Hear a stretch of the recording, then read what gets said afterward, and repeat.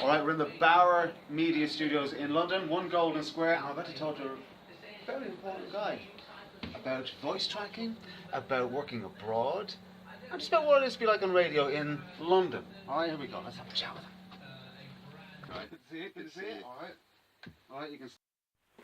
All right, this is Paul Hayes, and Paul is a veteran of, well, live radio, obviously, voice tracking, which we're going to talk about, and working abroad. All right, Paul? Yeah, well, we were in the same place. You were in Canada as well. Yeah, you were in the French part, the French-speaking part. Yes. Paul worked in Beat 92.5. That's right, yeah. In Montreal. How long were you there? That was 2 years. 2 years. Yeah. Was it très bon or was it très mal? C'est bon. It was all right, was it? Yeah. I do know a little bit more French than that from my time there, but it might take a while for it to come back. Yeah. Il fait soleil. There's no way to be rude. You know what I mean? Compared to now, you're based in London now, and you work in other parts as well, voice tracking. But your live gigs are in London, right? Yeah. Do you think? Because people ask about working abroad. Most people are afraid to work abroad or to take that chance. Do you think you've learned from that? Did it help you get here?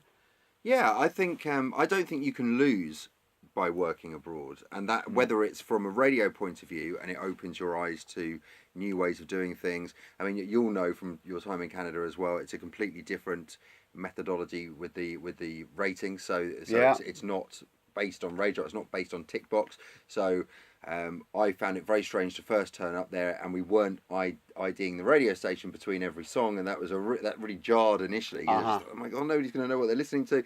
But of course it doesn't matter because, sorry about that, it doesn't matter because they are listening, and that's being recorded by the PPM, by the... It's overnights really, isn't it? Again, an overnight ratings almost. Yeah, absolutely. Almost. Yeah, and they can define exactly what works, what doesn't work. They know precisely. Did you find, because I found when I went to Toronto, the bar was right up here, and you had to get there in order to maintain wherever you are. Sometimes when you're working in an environment that you're used to, the bar kind of lowers a little bit. Did you find you had to get there and maintain that?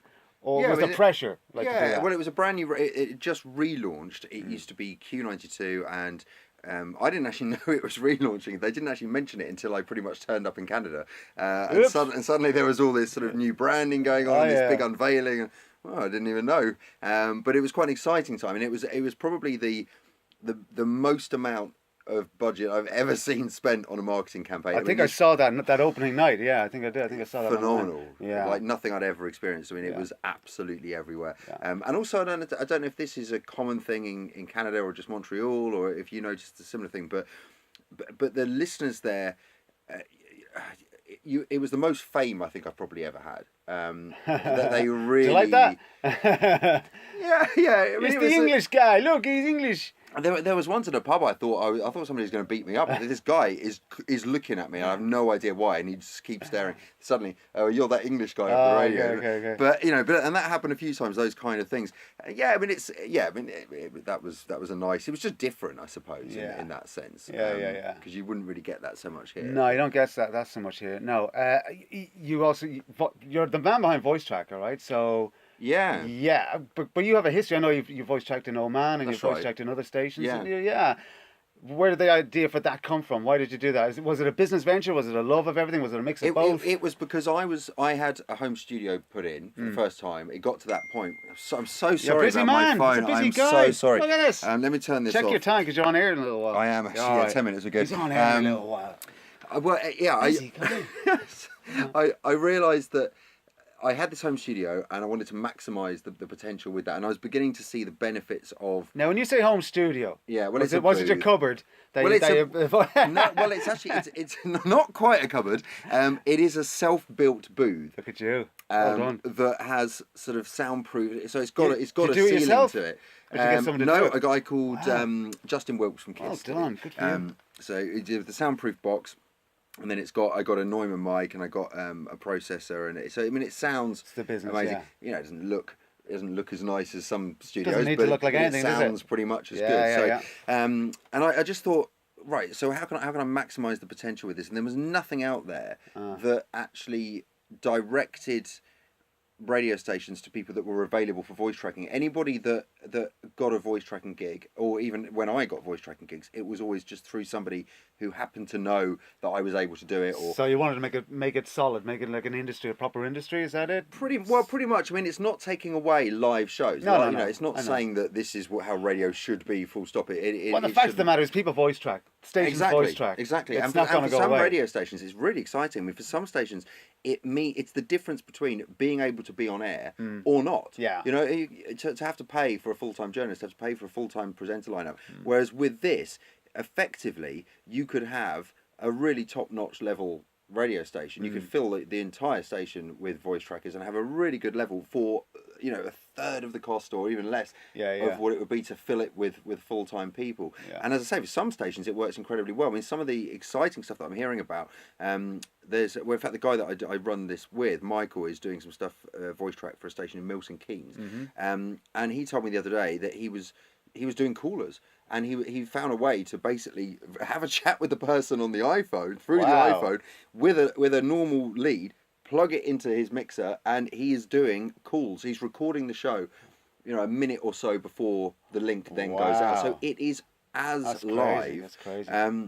And there's so many creative ways to do a good job with it, to get the information that you need, to start looking ahead to what's going on that day. And I don't know. I mean, I'm not, as I say, I'm not saying that this is how all radio should be, but I just think it's happening, and there are some exciting opportunities with it. And you know, if you embrace it, it can be quite fun and a good way of topping up. Well, how many stations do you voice track right now? Because you do 2 in London as well, don't you? Well, I do three voice track shows a day at the moment. Wow. Okay. And then sometimes a few other random ones, random places, ones, you know, Random wherever they might ones. be. Afghanistan calls, sure. How much is it? I'll do it. I don't care. Yeah. There was one where I was talking about. There was one in America, in the middle of nowhere. I think I've been there. Have you? Yeah, middle of nowhere. Did you fly over it? Good spot. Maybe? Yeah, maybe. Yeah. And there was a community appeal going on. It was called Heal the Hill. And suddenly I found myself sort of knowing all this stuff about this really random place. You know, if I ever meet anybody from there, you're the guys, you're replanting the trees and stuff. Yeah. What the hell is this guy? He knows everything. This guy's awesome. Okay. Exactly. Yeah. So on air in London, voice tracking 3 times a day, doing all the other stuff, running voice tracker. It's a good time. Yeah. It sounds amazing, right? Occasionally fit in a swim or something. Is it as amazing as it sounds, or is it? Yeah, it's fun. Because it does sound good, right? Good. It's great, and I think you know, in lots of ways, I think with voice tracking especially, you know, it does give you a bit more freedom and flexibility in your life, you know, in the sense that, you know, we've all done those really crazy long journeys to work and it's more and more difficult now in terms of if you want to stay living somewhere and you want to have a live gig in that vicinity, well, it's pretty tough to be able to do that, really. Or to maintain it for a very long time. So this, if you've got your little hub, you've got your little studio, and you can do voiceovers and you can do bits and bobs and add to that pile, then it does become quite exciting, and every day's a bit different. And, and it's good. Okay. He's going on air in a moment. Website address? VoiceTrackerHub.com. VoiceTrackerHub.com. I'm on aircoach.net. Well, that's it from London.